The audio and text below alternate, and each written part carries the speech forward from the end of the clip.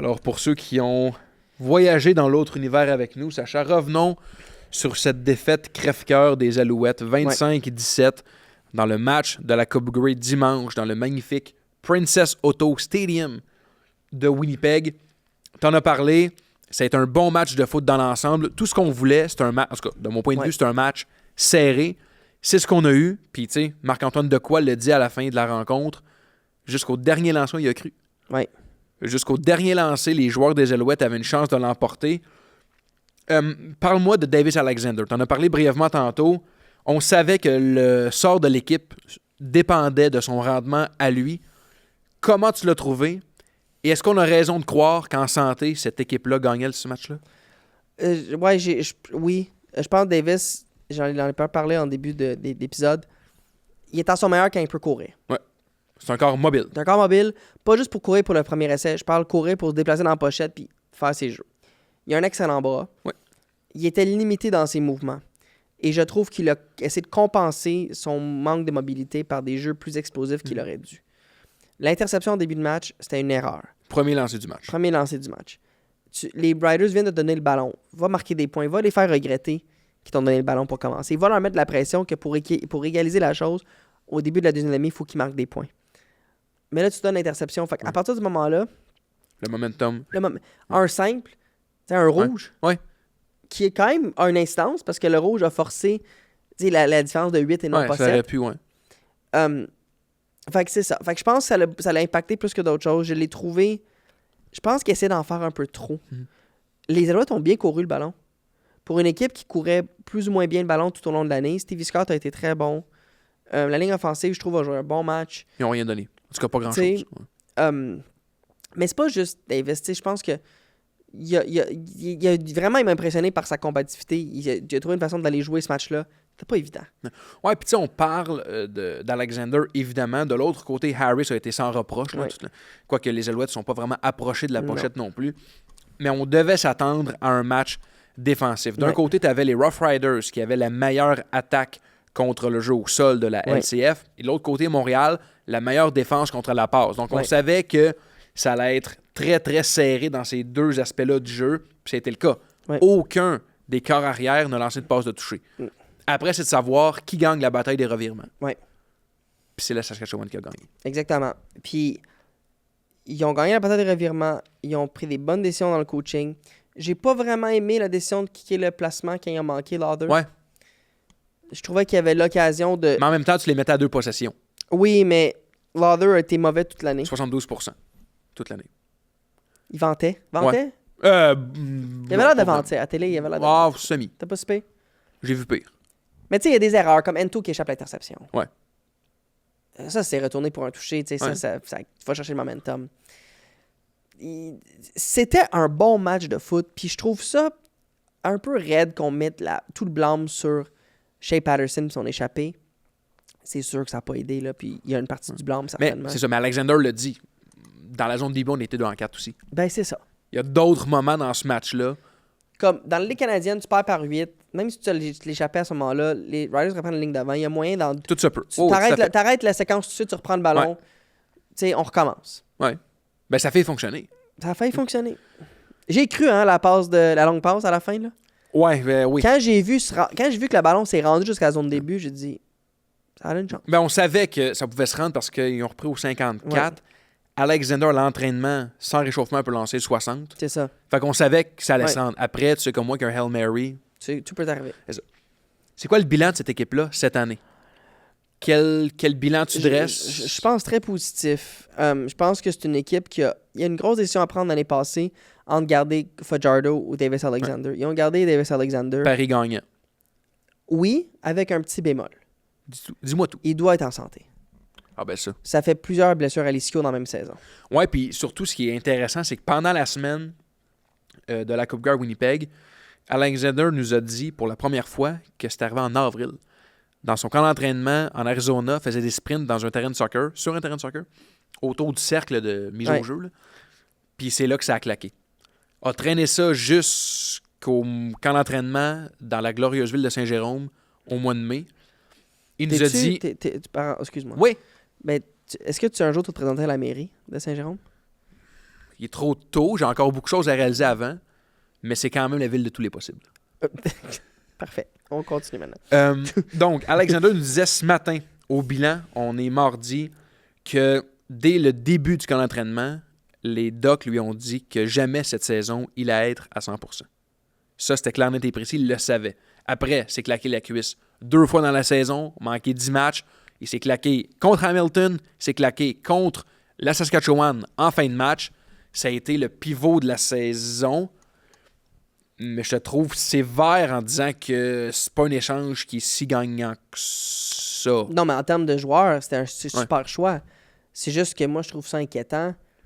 Il faut qu'il soit capable de régler ce problème-là. C'est des genres de blessures qui peuvent traîner beaucoup. Longtemps. Alexander disait qu'il était au grade 3C, je ne suis pas médecin, mais qu'au grade suivant, ça touchait l'os puis que c'est 9 mois de réhabilitation. Fait que je trouve juste... Ça, encore une fois, ils ont pris une bonne décision de le garder, puis il a amené une étincelle, il a amené une côté explosif à l'attaque qui, je pense, manquait aux Alouettes. Une identité aussi, une espèce de rage, une espèce d'attitude de bad boy, de vilain, de méchant. C'est un joueur que t'aimes quand il joue pour toi, tu sais, puis que les joueurs respectent beaucoup. Puis j'écoutais Zach Collaros, il était au... Il était-tu bon? Je l'ai pas évidemment regardé. Bon. Ah ouais, ok. Très bon. J'ai beaucoup aimé son apport calme, concis, amenait des bons points. Il a fait une bonne équipe avec James Duthie puis Luke Wilson. Je pitonnais entre RDS et TSN pour un peu avoir le pouls de tout le pays. Coast to coast. Coast to coast. Coast to coast to coast. Ouais. Mais, ouais, je pense juste que ça va quand même être une question à se poser parce qu'ils ont tellement été mauvais Alouettes quand ils jouaient pas. Ouais. Puis des carrières remplaçants dans les Canadiennes qui vont pouvoir te gagner des matchs, ça court pas les rues, là. C'est pas facile. Fait que l'état de santé d'Elvis Alexander, pour moi, devrait être un sujet chaud pour les Alouettes tout au long de la saison morte pour s'assurer qu'il reste en santé. Parlons-en de la saison morte. Mercredi, c'est le bilan de la direction. Jason Maas et Danny Machocha s'adresseront aux membres des médias dont je fais partie. Plusieurs chantiers en construction. Bref. Tyson Philpott demeure pour moi l'énigme de cette entre-saison. Il devient joueur autonome dès aujourd'hui. Darnell Sankey aussi. Mi-février. Mi-février, là, mais bon, avec la saison, il n'y a pas d'autres matchs. Donc, c'était peut-être son dernier match avec les Alouettes, mais tu fais bien de me corriger. P.O. Lestage, Marc-Antoine Dequoy, Alexandre Gagné qui sont avec toi. Bon, je vais te laisser. Je ne veux pas non plus te mettre dans un conflit d'intérêt, mais quand même, c'est des dossiers intéressants pour les Alouettes. Beaucoup de travail. Rambo aussi qui est agent libre. Comment toi tu perçois cette entre-saison-là? Puis peut-être qu'on pourrait aller chercher chez les Alouettes du renfort aussi. Oui, ça va être des grosses décisions pour les Alouettes. Je pense que Philpott va être un dossier chaud. Bien, ce qui est intéressant dans son cas, c'est que c'est un gars qui vient de l'Ouest canadien, de Vancouver. Il a joué à l'université de Calgary. Son frère jumeau, Jalen, joue à Calgary. C'est beaucoup de bons ingrédients pour Philpott. Mais Philpott avait l'occasion de partir dans l'Ouest plus tôt dans sa carrière. Il ne l'a pas fait. Il y a 2 ans. OK, il est resté. Rappelons-le aux gens, là, il est resté. Il n'est pas sur son contrat de recrue. Non. Tout va dépendre de à quel point les Alouettes sont prêts à payer. C'est ça. Je connais bien l'agent Philpott, très bon agent. Et je m'attends à ce qu'il soit agressif, mais raisonnable. Puis pour donner une idée aux gens, là, les salaires sont sortis, notamment ce matin, des receveurs étoiles, là, puis ça joue entre 210 et 250 environ là, dans ces eaux-là. Justin McInnes à BC est un receveur canadien d'Impact. Qui est le deuxième mieux payé de la Ligue après Lawler. Donc, qui gagne dans les eaux de 200... C'est 240, 240 là, je pense. Quelques. Donc, un gars comme Philpott, certainement, selon moi, va ça va être dans ces eaux-là, chercher environ. dans ces eaux-là. Un genre de 230, mettons, 225, 230. Je veux pas donner... Non, mais donne un ordre d'idée aux gens. Je pense que ça va être... McInnes va être un comparable. Même si c'est pas le même style de joueur, même si... Mais c'est dans cette fourchette-là. Receveur canadien d'Impact. Ouais. Et il amène du jeu. Il peut jouer sur une unité spéciale. C'est le vrai numéro 1 de cette équipe-là. Il est très... Ouais. C'est un Canadien. Et donc, les Alouettes vont devoir... c'est ça. Ils vont devoir décider est-ce qu'ils vont le payer. Parce que je ne crois pas que Philpott va vouloir rester pour un hometown discount, comme on dit. Comment on appelle ça en français? La clause, l'avantage... Tu sais, l'espèce de rabais qu'on donne pour rester à la maison. Parce qu'il a des attaches... Que les Québécois prennent parfois. Ou que d'autres prennent ailleurs. Oui, tout à fait. Mais que il est rendu à un point où, dans sa carrière où c'est son temps d'aller chercher le gros contrat. Ouais, puis il a déjà gagné. Il a déjà gagné. Il y a des attaches dans l'Ouest canadien. Fait que je pense que les Alouettes vont devoir... ça, mais ils ont une belle culture. Ils performent ici. Il y a un rôle ici. Ben, c'est surtout que ce matin, Phil Pott nous disait, surtout parce que son frère joue beaucoup, je pense, dans la décision. Là. Il veut gagner un championnat avec son frère. C'est ça. Bon. Son rêve, c'est ça.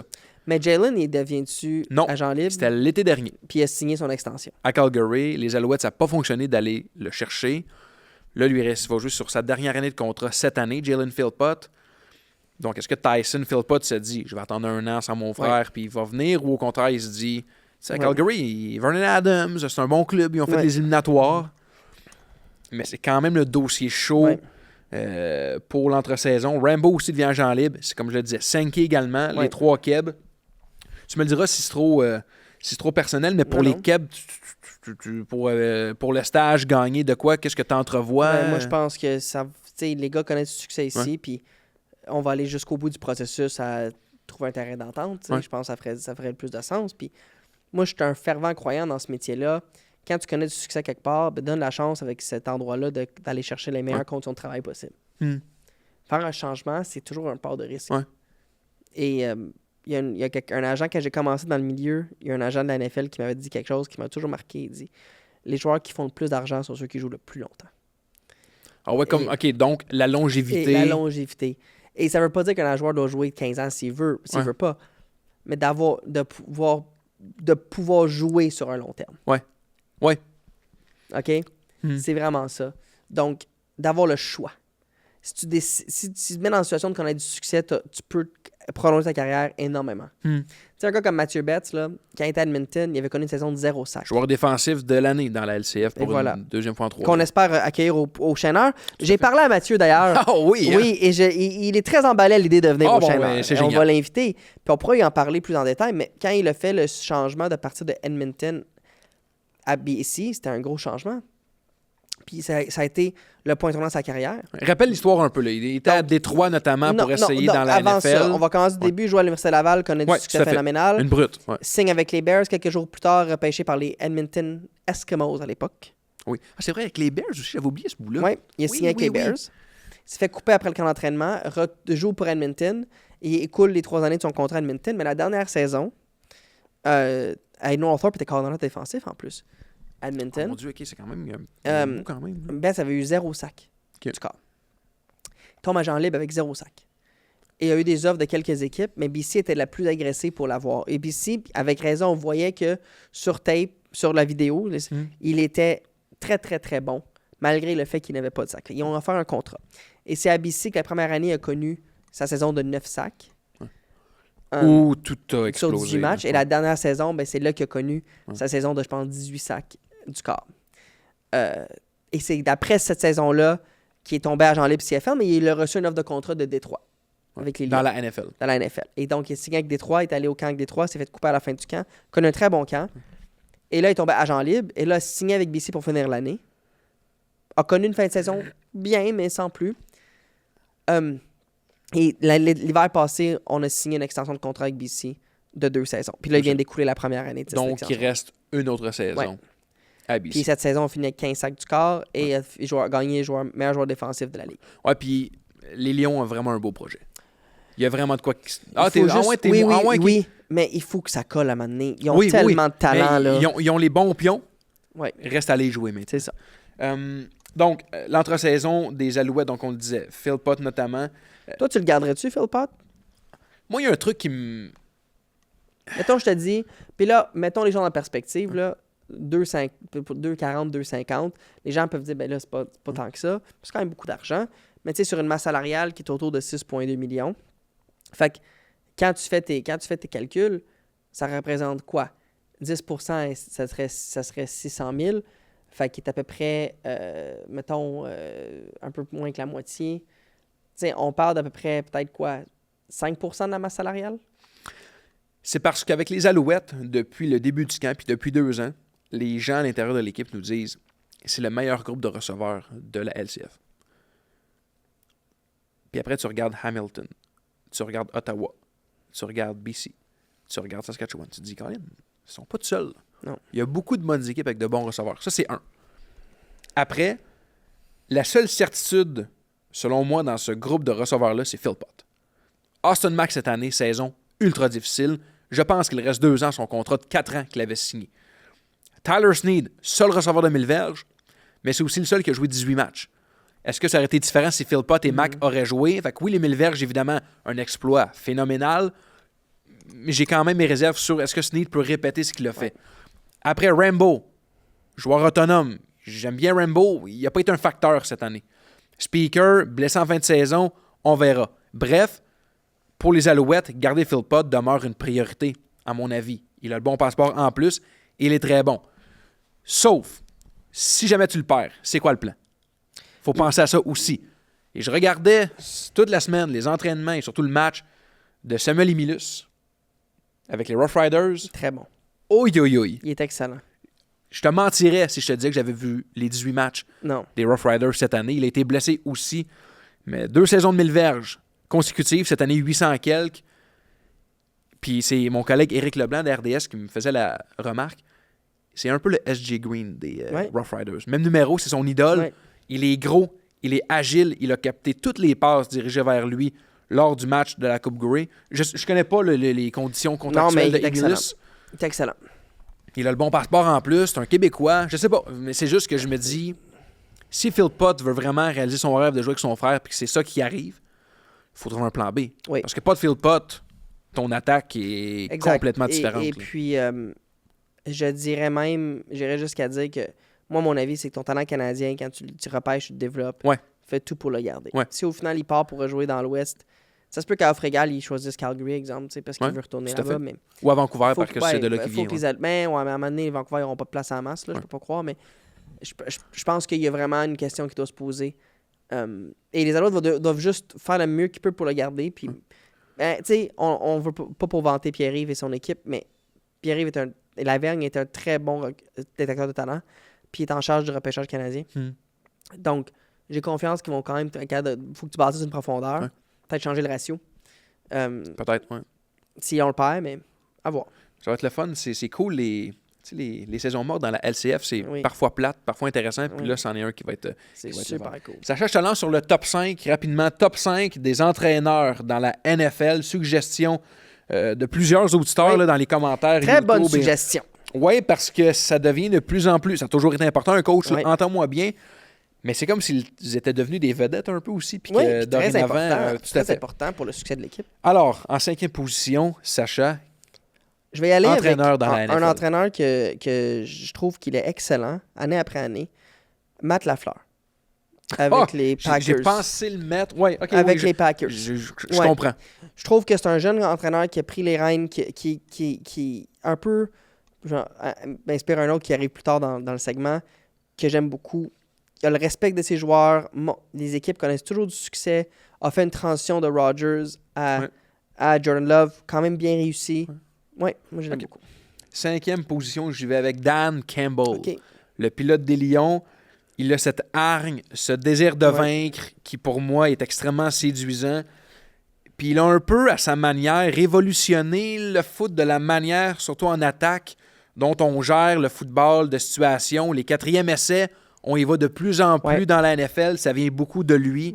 Fait que pour ça, 5e position pour Dan Campbell. 4e position, Sacha. Mike Tomlin. Oh! Très bon choix. Pour moi, est très bon le choix. Synonyme de la stabilité, de la constance. Très bon choix. Un coach qui ça fait aussi longtemps qu'il est là, continue à connaître du succès. Les gars, je veux jouer pour lui. Un coach qui sort... Je pense qu'il sort plus des meilleurs résultats que son équipe et même devrait en avoir. T'es un avocat de formation. Je me fais l'avocat du diable. Je te dis qu'il gagne pas assez. De championnat.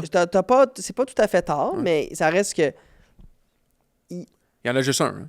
Il y en a juste un. Ben juste. Mais c'est Parle-moi bien, c'est quand même un de plus carrière après Ben Roethlisberger. Il y a eu Kenny Pickett, il y a eu Mason Rudolph, il y a eu Justin Fields. Puis as-tu fini en bas de 500? Jamais. Je veux dire... Ouais. On s'entend. 4e position, peut-être un choix ambitieux, là. Mike Vrabel. Ah ouais, OK. J'aime, tu sais, on l'a vu dès qu'il est arrivé avec les Titans du Tennessee. Cette équipe-là est devenue une équipe compétitrice, une équipe qui pouvait aspirer aux grands honneurs. là avec les Patriots, puis je comprends que le DG a fait un beau boulot pour aller boucher des trous puis aller attirer des joueurs. Mais c'est beaucoup Vrabel. Oui, la culture, on voit, tu sais, ceux qui suivent les Patriots là, sur les réseaux sociaux, là, on voit à quel point Vrabel serait prêt à mourir pour une victoire de cette équipe-là. J'aime le personnage, j'aime que son ancien Pats, qui maintenant coach les Pats, sa relation avec May semble être au beau fixe. J'aime vraiment beaucoup Mike Vrabel. Troisième position, Sacha, des meilleurs entraîneurs de la NFL. Tu l'as mentionné, moi c'est Dan Campbell en troisième position. Bon, on est pas mal dans les mêmes zones. Pour les raisons que tu as évoquées, pour moi, il est là. Il y a beaucoup de blessures, les Lions. Il sort des gros matchs. Il a décidé de caller les jeux à l'offensive. Ça va bien. Je sais qu'ils ont perdu contre les Eagles, mais pour moi, ça reste un des meilleurs. Dans un match de bras de fer, qui gagne, Campbell ou Vrabel? Oh, Campbell. Je pense que oui. Ah ouais? Il a l'air... Je sais pas, c'est serré. Troisième position, je vais avec Nick Sirianni. OK. En éliminatoire, il devient un maître. C'est comme s'il joue aux échecs puis que les autres coachs jouaient aux dames. Il y a comme quelque chose qui fait en sorte que il y a toujours le bon jeu, la bonne solution. Puis, tu sais, je l'ai couvert au Super Bowl. J'ai eu la chance de parler avec lui, avec d'autres journalistes. Puis c'est une grosse tête de football. Oh oui. Puis surtout, ça a l'air d'être un rassembleur hors pair. Il n'a jamais eu de mauvaise saison depuis qu'il est à la barre des Eagles. Non. Il a gagné l'an passé. Il y a des chances de recommencer cette année. J'y ai pensé, il n'est pas dans mon top 5. Ben, c'est tout à fait compréhensible. Il y a tellement de bons entraîneurs. Sacha, numéro 2. Je pense qu'on a le même top 2. Ah oui? Tu peux-tu? Ça se peut. Dis-moi, qui est ton 2? Numéro 2, Sean McVay. OK, on a le même top 2. On a le même top 2. Pas mal sûr. Ouais. Puis on s'est pas consulté avant, hein? Consulté. Pourquoi Sean McVay? Parce que c'est un génie, parce que c'est un prodige, parce que c'est un technicien, parce que c'est un tacticien, parce que les jeunes, il a la fougue. Je parlais de révolution. À sa manière, il l'a fait. Puis juste pour la vidéo virale en 2016, en 4e et 2 contre les Seahawks. S'en rappelait. Là, lui est capable de dire le vent est nord-ouest. On a fait un tel jeu avec telle verge. Lui a attrapé le ballon, il a couru. Ouais. C'est un ordinateur sur 2 pattes. Voilà, t'as tout dit. Est-ce qu'on le sous-estime? C'est un...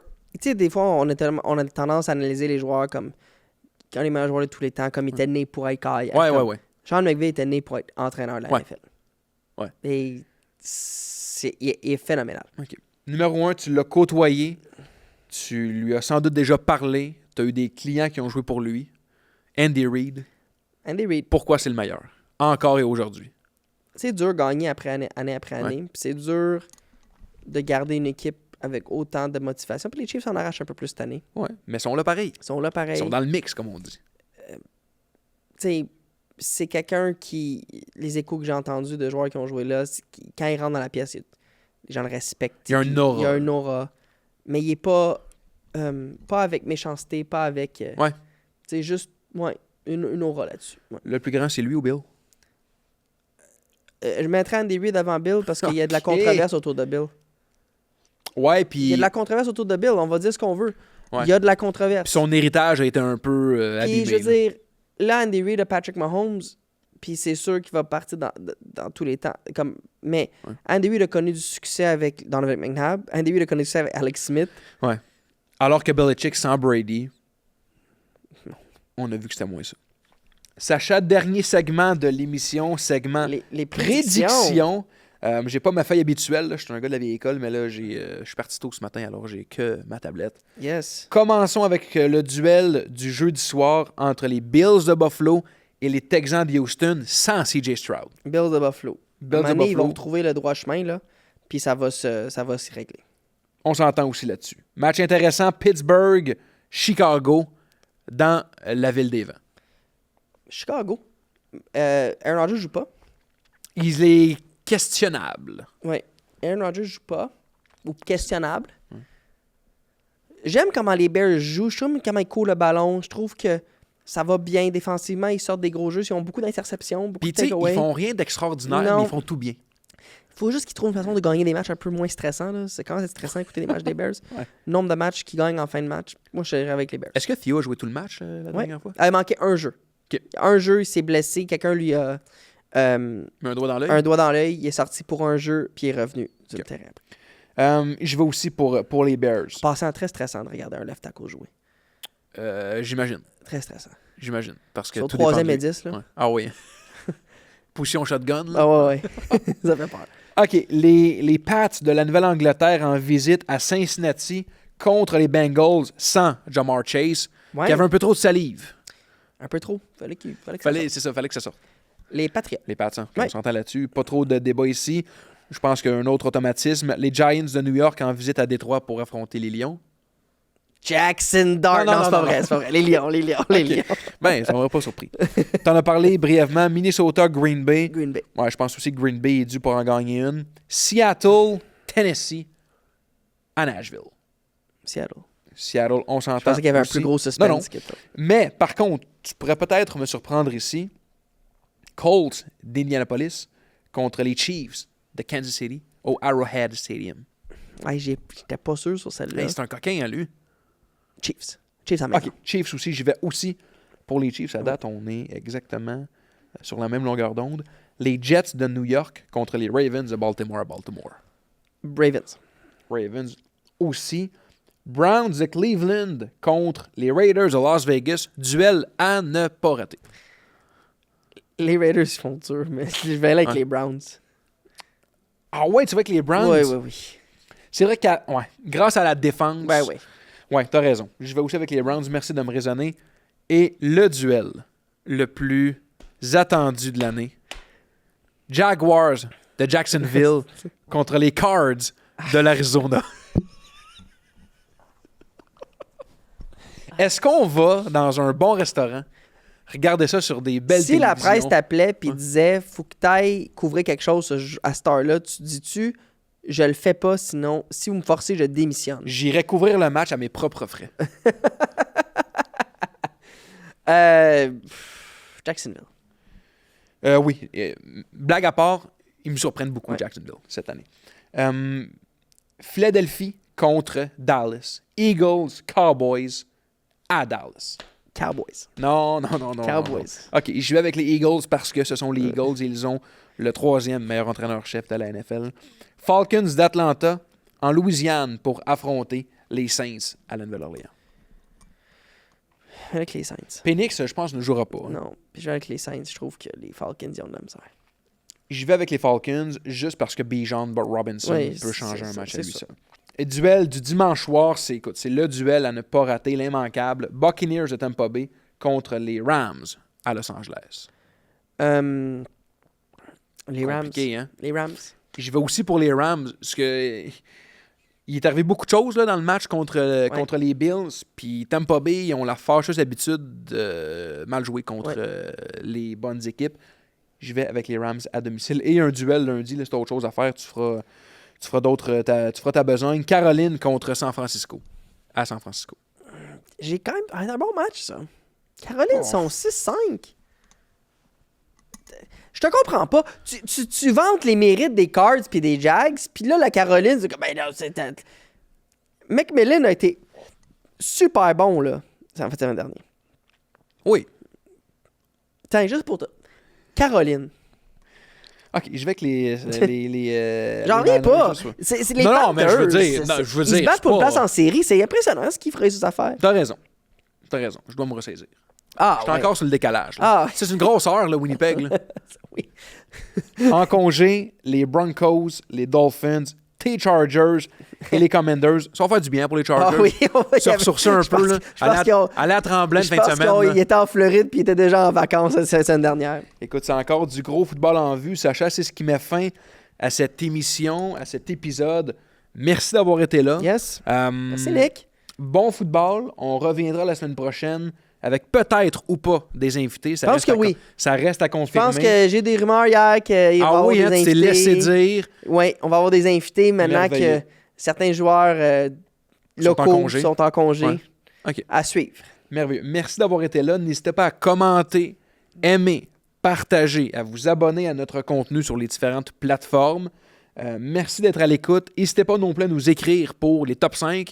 Ça fait 2 fois en ligne qu'on évoque la suggestion des auditeurs. Mais quoi que le top 5 plus grand quart de l'histoire, il y a une le clash des générations s'impose. Il y avait une suggestion super intéressante, top 5 des meilleures ambiances de stade. Ouais. Fait que là, passe à la route, là, tu vas voir des matchs. À mes propres frais, j'imagine. Oui. Non, demande à la presse de le couvrir. K.O. ferait ça, tu penses? Il faut demander. On le plug. On l'envoie dans l'univers, là. Ouais, on met ça. Envoyer Nicolas analyser les ambiances de stade de foot. Tu irais un match cette semaine, tu irais où? Dallas. Pour Dallas. Ah oui. Eagles? Ouais. À Dallas? Ah oui. Parce que ça, c'est un win-win. Si Dallas gagne, l'ambiance va être folle. Puis si Dallas perd, ils vont tellement être tristes. Ouais, mais mon collègue Mathias Brunet, qui est aussi ton collègue par Oui. la force des choses, a été voir son fils à Dallas cet automne ou cet été. Puis il était voir un match des Cowboys. Il me disait que, puis Mathias, il en a fait des stades, là. C'est le plus beau en Amérique du Nord. Oui, j'étais allé l'année passée au Ohio State, Texas. Excusez. J'étais allé pour la demi-finale. Là. T'étais là? Ouais. Arrête. Ouais. C'était impressionnant. Wow. Très impressionnant. Et quand on a les contacts. Hein? Écoute, Quand on a moi, les je couvre pas contacts. du Super Bowl, par exemple. C'est sûr. Tu sais, quand ça va être le temps de faire un show Super Bowl, là, Nicolas, vas-tu être là? Non, il faut que je couvre le Super Bowl. Merci, Sacha. Merci, Nick. Bonne semaine. Yes.